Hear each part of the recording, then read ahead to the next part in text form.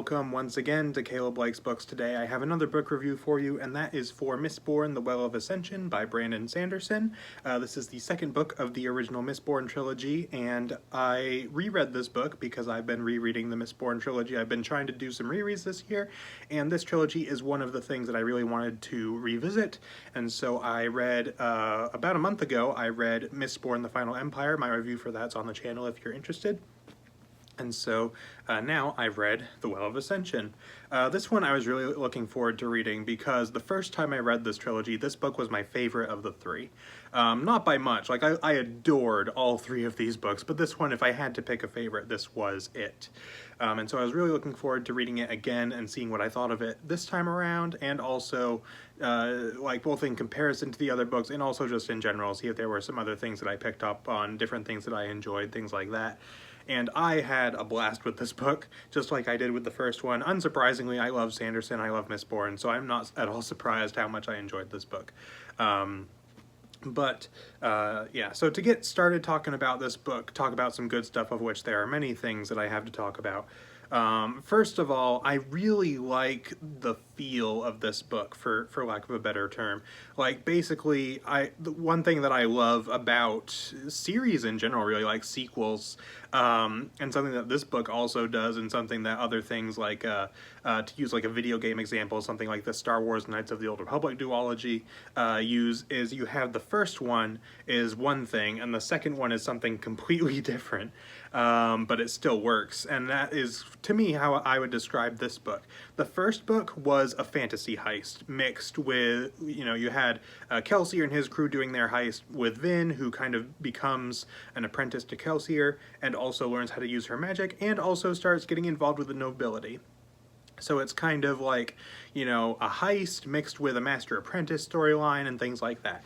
This book is very politics-driven. It's very much about the kingdom, and by the way, I'm going to be spoiling the first book in this review, so if you haven't read that, then you might not want to watch this, just to put that out there. But in this one, it's much more politics-focused, because in the first book you have, you know, the group brought down the final empire, they defeated the Lord Ruler, all that stuff. And so in this book, what you have is, okay, we did that, now what, basically? Like, how do we now approach rebuilding a kingdom? How do we approach, like, leading a people? And when difficult times come, because in this book, the city of Luthadel falls under siege, and you have other people who kind of want to take control, you know, how do you approach that after you have literally just, I think, a year prior, just started doing this whole new kingdom thing? And I thought that was really interesting. It was a very different kind of story, much slower in most places. You still had some fast-paced moments and things, but it was generally a slower book, a lot more like, you know, a lot more like world building, like mysteries and things. You know, they're trying to figure out stuff with the Hero of Ages, which was really interesting. So, you know, it was slower, it was a different focus, not as action heavy, even though there were some action scenes for sure, but not quite as action heavy, not as fast paced. Just a very different book, but I think it really works because this is, I think, a very compelling story, and it does a good job of following up the first book because it follows through on a lot of things that were set up in that book very nicely. And also kind of just follows through naturally in terms of story. Like, they brought down the final empire, now they kind of have to rebuild and things like that, which was really cool. And kind of going off of that, I love the characters, especially Elend in this book. Of course, in this book, he is the king of Luthadel, and so you have him kind of trying to come into this leadership role and figuring out how to do things, which I really loved.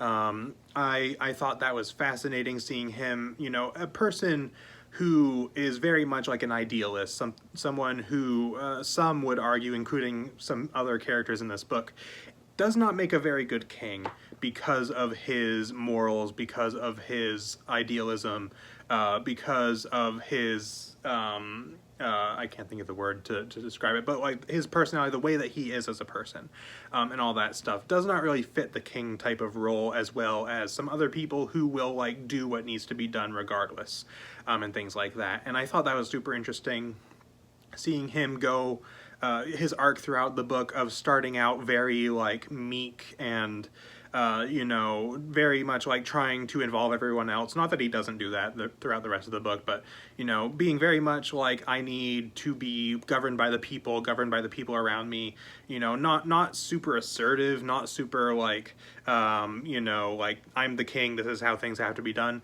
and becoming, while still keeping who he is at his core, becoming much more kingly was very interesting to me.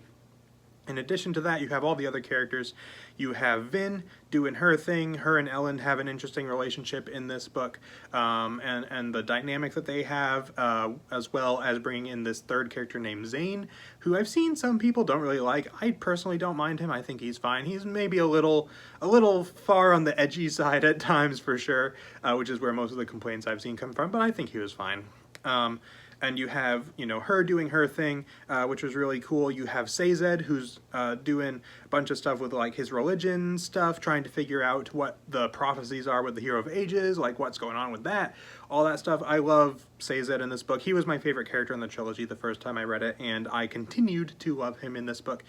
He plays a role in the first book, but I think this book is really where he starts to kind of come into the forefront and be really a truly amazing character. So I really liked him in this book. I really loved Tindwyl, who is another Terrace person from the same society as Sazed. She was really cool. You know, all the other characters, Set and Straff, the characters who are like besieging the city, were really interesting. And the way that they had a dynamic with Ellen, the people around Ellen, like Penrod and some of the other ones that I can't remember the names of, but like the other advisor type people in the kingdom were really interesting. And seeing the way that they all interacted with each other was really cool. I love the mysteries and the twists in this book.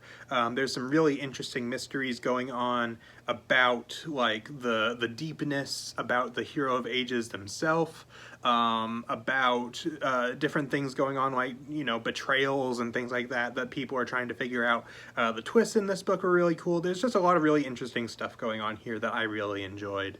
So not only did it work for me in terms of, like, doing something really new and interesting, but also, like, the story it was telling was also very compelling to me because of all the different stuff going on and the things that it was trying to do, and the twists and turns and the expansion of the world building, which this book kind of turns certain aspects of the world building on its head, which was really fun, and just expanding on things. It's just really cool. Basically what I'm trying to say is I had a great time with this book in just about every way. And I'm going to kind of start wrapping it up there, because otherwise I'll just keep rambling about this book. So as far as more negative things are concerned, I don't really have much to talk about. The Final Empire was the same way. I thought it was great beginning to end. That was the same case here. Although I do have one thing that I do want to mention that isn't, for me, a big issue, because I love this book. But for other people, maybe a slightly bigger issue. And that's, I feel like this book could have been trimmed down a little, which is hard to say because everything that's here feels relevant and important, so I can't think of anything that really needed to go. But with this book feeling a little longer, a little slower, kind of taking its time with some things, a lot of stuff going on, but going at a fairly slow pace for the most part, and also being a pretty lengthy book. It's longer than the first book by a little bit, and so it feels a bit long to me, and I think that it could have been trimmed down. Maybe it might have felt a little better that way, but again, I don't know what you could have even removed from this book to make it better. So it's kind of one of those things where it's like, I don't really want anything taken out, but it just feels like it needed a little bit of tightening up, you know, trim it down a little bit. But even regardless, I still loved my time with it. And so, you know, that's not really a big issue for me. You know, for me with Sanderson, the bigger the better in terms of his books, because I just love his books. So if there's more of it, then I'm happy. But I do think that it maybe feels a little bit overlong in some places, which is really the only issue I have with this book. So overall, I loved my time with The Well of Ascension. It was an absolute blast, and I just had a great time with it. I've really enjoyed revisiting this trilogy, and I'm very excited to reread The Hero of Ages soon. So as far as a rating out of 10 that I'd give The Well of Ascension, I would give it a 9.5 out of 10. I believe I gave The Final Empire a 10 out of 10, so just below The Final Empire. And again, the only thing bringing it down is that it does feel a little long. It could have been trimmed down, all that kind of thing. But I still had a blast with this book. So that's not really even a big issue. Like, in terms of personal favorites, I don't think, at this moment at least, I can't choose between the two. But it's just because I do have that one little issue with this book that brings it down. But in terms of how I personally enjoyed it, they're pretty much equal. I loved both of them. So, had a great time with this one. Definitely would recommend, if you enjoyed the first book and you're thinking about continuing, I would definitely recommend doing so. So that's pretty much all I've got for you for this review. Let me know in the comments if you have read The Well of Ascension and what you thought of it. As I said, I'll be reading The Hero of Ages soon, so you can expect to see that review on the channel soon as well. So that's pretty much it for this video. So thank you all for watching, and I will see you all next time.